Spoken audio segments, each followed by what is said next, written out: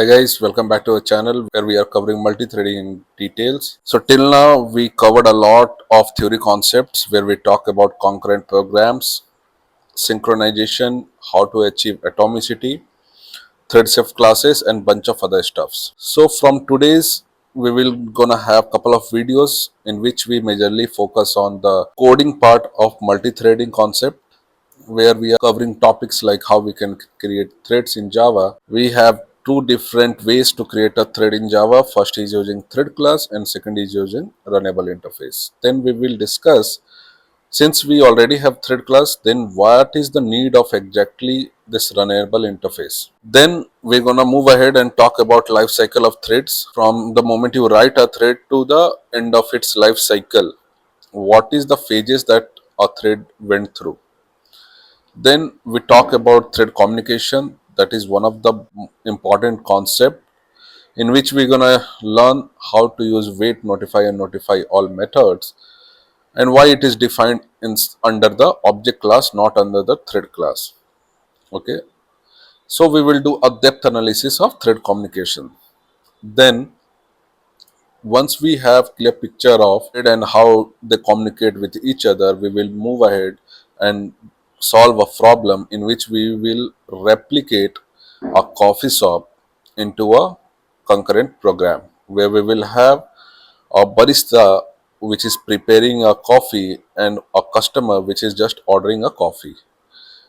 We will implement in such a way that there should be no race condition, there should be no overlapping.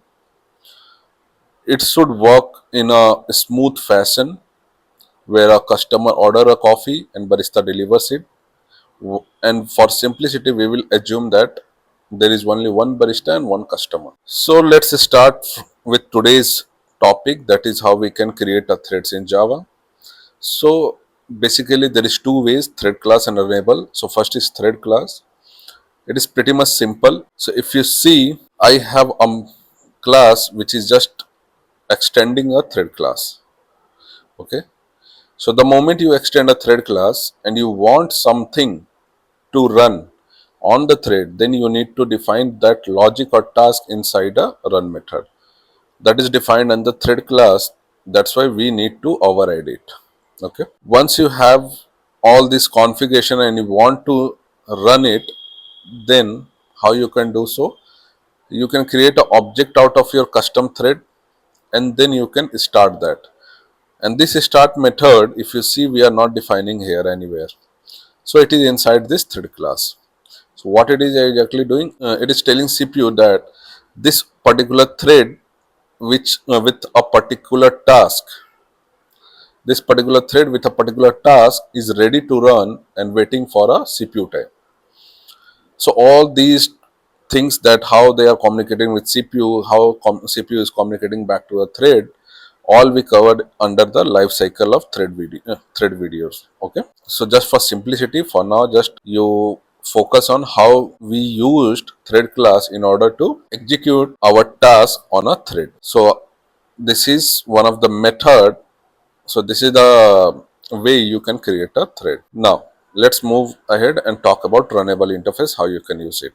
So this is a second class that I created, in which instead of extending a thread class, I just used a implement keyword. Same here also, we have run method which is defined under this particular functional interface. So there is only one single abstract method, that is run, in which I have this particular task to be executed.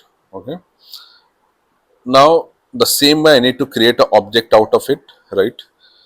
We cannot create an object of runnable interface because that is an interface. You cannot create an object out of it.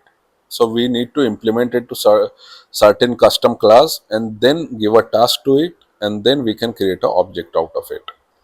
Now for starting a thread, we know that we need to use a start method, but if you see, there is no start method inside this runnable interface, right? There is only one single abstract method, that is run. That's why we are calling this a functional interface. The definition of functional interface, if you know, if the interface is having only one single abstract method, then that interface is known as functional interface. Okay. Now, in order to get access to this start method, we need to have we need to have an understanding that where this start method is described. So this particular start method is described on the thread class. So we need a thread object, thread class object, right? So if you see here, we are passing this runnable object into a thread class, and then we are telling this thread, hey, I'm done with supplying you a task that you need to run. Now can you please submit yourself to the CPU for the execution, right? This is the two ways that you can create a thread in Java. Now why we are doing so, we will talk about this in a moment. One more concept is there, since this runnable interface is a functional interface, right? So what you can do here is, if your task is pretty much simple like this, you are printing something, then you need to create a custom class, implement an interface, then provide your task, and then pass it on to the thread class and bunch of other stuff. What you can do instead is, we will having a thread object, right, in which we will pass a lambda expression. This will create a implementation for that particular run method. This will send to the run method implementation. That is whole another concept of Java 8. Okay. So if you are aware of Java 8, then you can easily understand what we are doing here exactly. If you don't know it, then please watch my Java 8 lecture, where you will get comfortable with the Java 8 feature. Now let's move to the important part, which is where we can discuss why runnable interface and why thread class. So there are a couple of reasons. Most easy answer that you can find over the Google or ChatGPT and anywhere else is multiple inheritance. So Java does not support multiple inheritance. Okay, but this is not the sole reason for having this runnable interface standalone rather than this thread class, because multiple inheritance is one of the reason in which Java does not support extending multiple classes. That's why once your class extend a thread class, you cannot extend it to the further to support a further functionality. Basically, the second reason is SOP, that is separation of concern. This is the main reason. Right now, what is happening?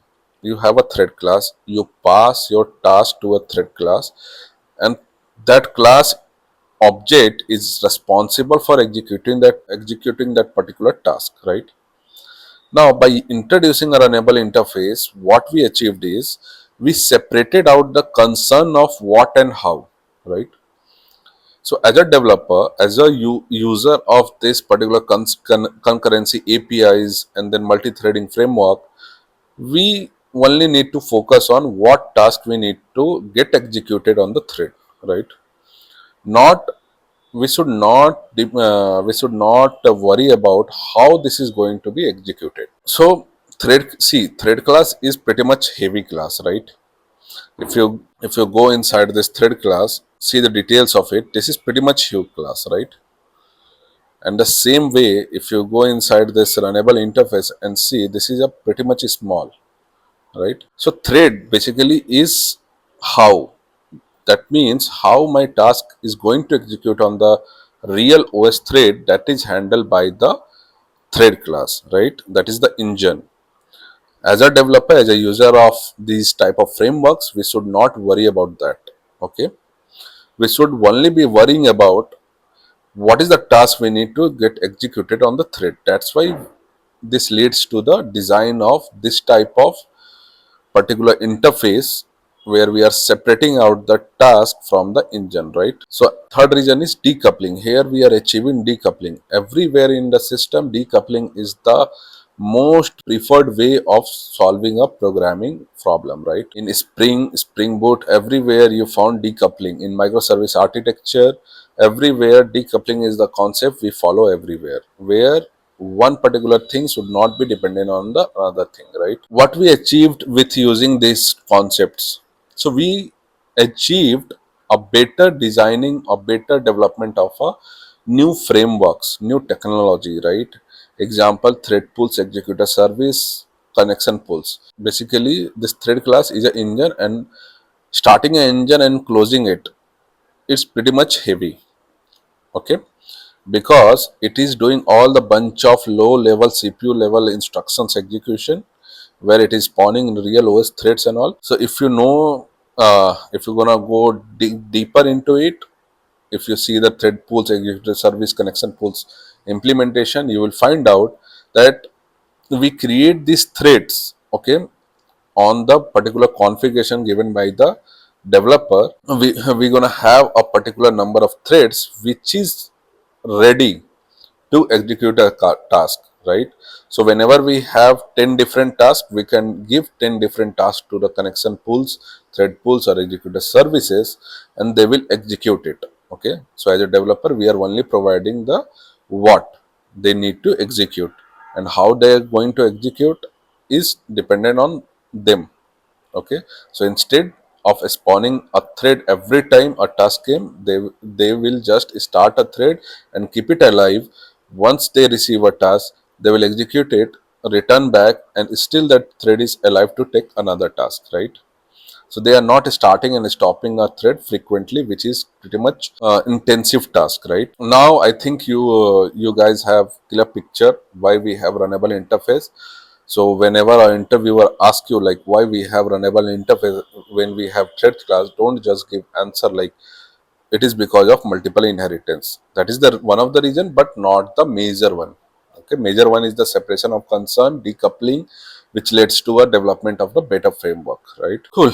So that's it. We are done for today's video. In the next video, we're gonna talk about life cycle of a thread. So till then, what you can do is you can create different types of thread, execute simple task on them, get familiar with it, get comfortable with it. So till then, take care. Bye bye. Please like, share, and subscribe. And if you have any question or if you have any doubt, then please do comment. I will be more than happy to answer it.